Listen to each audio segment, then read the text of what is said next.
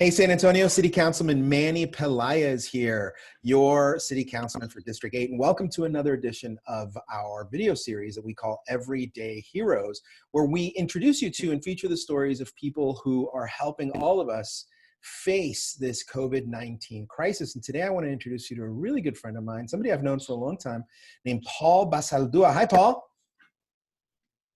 Hi, Councilman. How are you? I'm doing great. Thank you so much for making the time.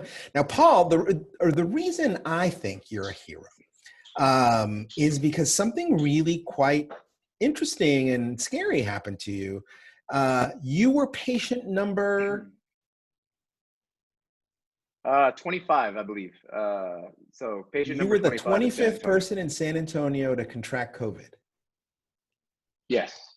Wow. Now, how did you find out, Paul? I should have played the lottery. Yes. Yeah, My you chances should of getting in at that point were so have. slim. But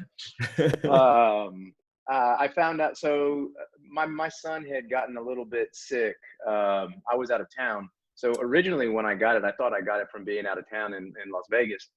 I got back. I left on a Wednesday. That Thursday, my wife called me and said she was going to need to pick up my kiddo from daycare Yeah. because they said he had a fever. So she stayed home with him for the next couple of days. And she said he had the symptoms, that people were talking about, but he was recovering really fast. So he was completely over it within 2 or 3 days. I got home on Saturday, that coming Saturday, which I guess was the 14th of March. And, I was all over my kids. I hadn't seen them in 2, 3 days. And so I was playing with them, hugging on them. 3 days later, on Tuesday morning, I woke up and I felt like a bus had run over me. Body aches were really bad. No fever yet, but just really bad body aches. Yeah. And so then I waited that night. I kind of said, maybe it'll go away. That night I had fever all night. I went from stripped down into, basically wearing nothing to full on hoodies, Yeah. and sweatpants and everything at different points in the night. So I called my doctor, asked him if he had any tests, and he said he did. He said, "You're lucky. I got 10 tests so far. I've already used 7 of them. 3 left. Come on in." So I went in within basically an hour of when we talked. He gave me the flu test, and I was, for the first time in my life, praying that I had the flu. And that came back negative, of course. Yeah. And then he gave me the COVID test. And at the time, the labs that were doing the private testing weren't overloaded whatsoever, and so I got my results back within 24 hours. Were you scared, Paul? Yeah, a little, just because you were seeing everything on the media and what could happen. I was a little scared, but I also felt confident that I'm a fairly healthy person. I started drinking a lot of water. I started eating very, very healthy while I was sick, and I was very lucky. My symptoms were just the fever. It was just the body ache. Never had the respiratory issues, and all my symptoms were pretty much gone. The fever only lasted for a day and a half, maybe 2 days max, and then the body aches were gone within 5, 6 days. So you never had to go to the lucky. hospital to spend the night there or anything like that? No. Well, Well, it was a really interesting time though, because my wife's a pediatrician. okay. And so when I got the news that I had it, I called her immediately, and she said, well, "Oh my gosh, I got to leave." So she left her office, and she couldn't see patients for 2 weeks after I last had symptoms. So she just went back to work recently. This was all mid-March that I got it. And she just went back to work, a week ago. And that was a challenging part. I felt bad for her, because I was technically able to get out of quarantine 10 days after I had my first symptom. But she was stuck, with me here and not being able to work or see patients for that long. It was tough on her. Hey, Yeah. but this video series is called Everyday Heroes, and I don't want people to think that you're a hero just because you caught COVID and you got better. There's something special you did. You felt better, and you marched yourself over and rolled your sleeve up and gave blood, but not just giving blood. You went above and beyond. So talk to us a little bit about that and why you did that. Well, so first of all, it's hard to hear somebody referred to as an everyday hero. I don't picture myself that way. I think that one of the coolest things about having COVID is I've seen, or I have a lot more positive thoughts about where we are as humanity, humanity wise, because everybody just came out of the woodworks and started asking me if I needed stuff, if they could drop off, communion, if they could drop Right. off, groceries at our front door. My son's birthday was during that whole thing. My neighbors, I live on a small cul-de-sac. My neighbors, all separated by 10 feet or so, played happy birthday with him on the saxophone. And then all the neighbors were out there with signs, to That's greet him on his wonderful. birthday. That was really special. But during the process, my wife said, would you be willing to talk to one of the companies that is trying to build the vaccine? And I said, absolutely. So she put me in contact with somebody out of California. I had a call from a scientist, and she interviewed me. And they were actually planning on coming and taking my blood, not just my plasma, a couple weeks ago.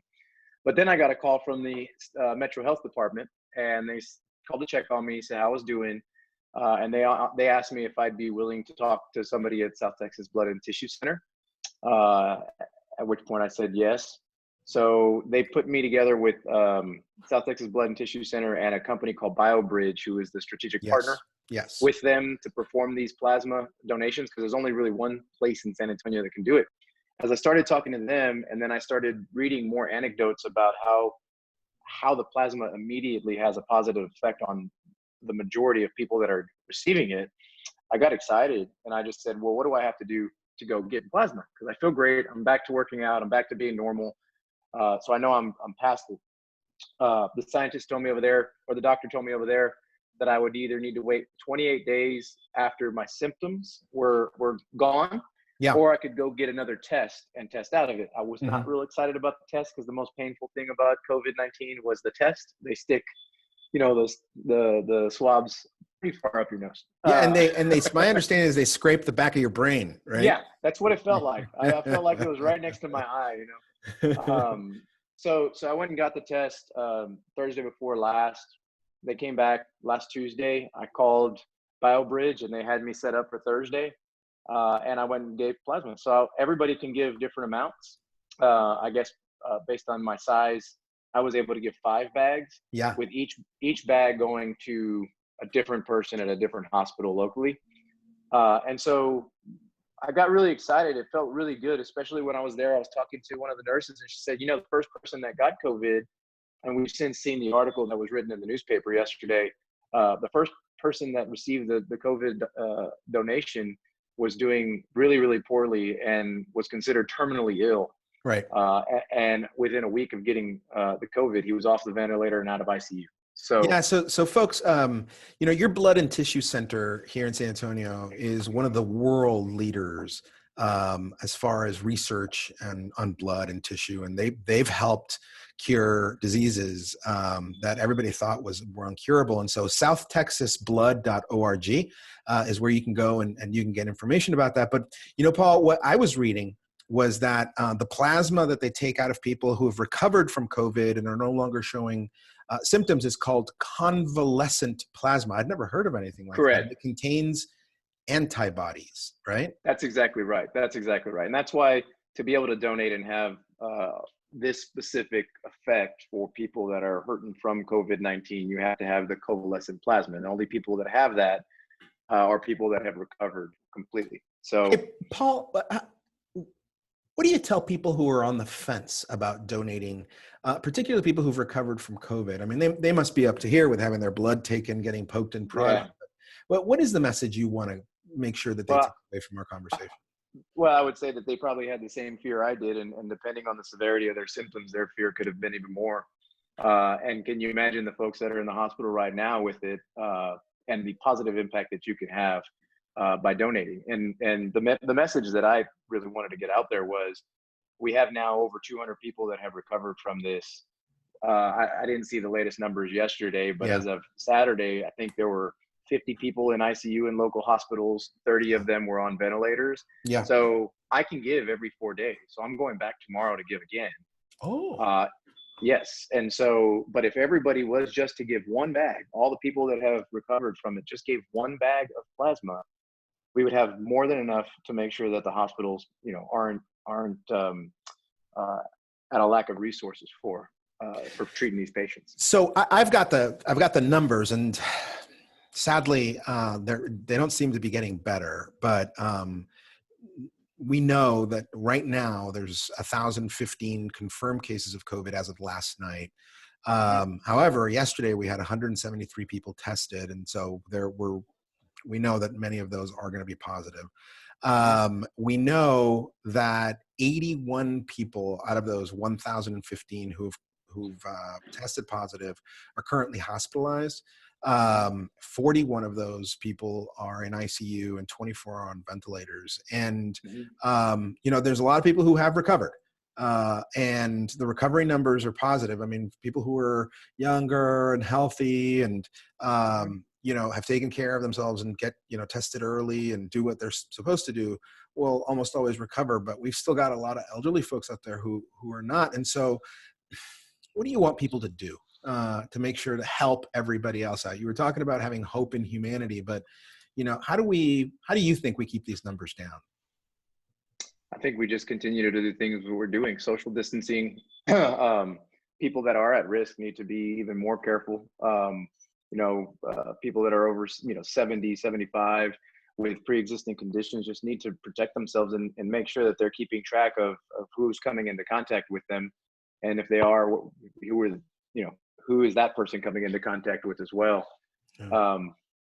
But that's probably something for the medical experts to answer a little bit better than I can. I will say that I never thought it was going to be a death sentence. I had confidence that I was going to recover, and if it wasn't for the folks that are the elderly and the more at risk folks, I wouldn't be as concerned about this and going back to kind of living a normal life. Yeah, yeah. I do believe a little bit in herd immunity, I guess.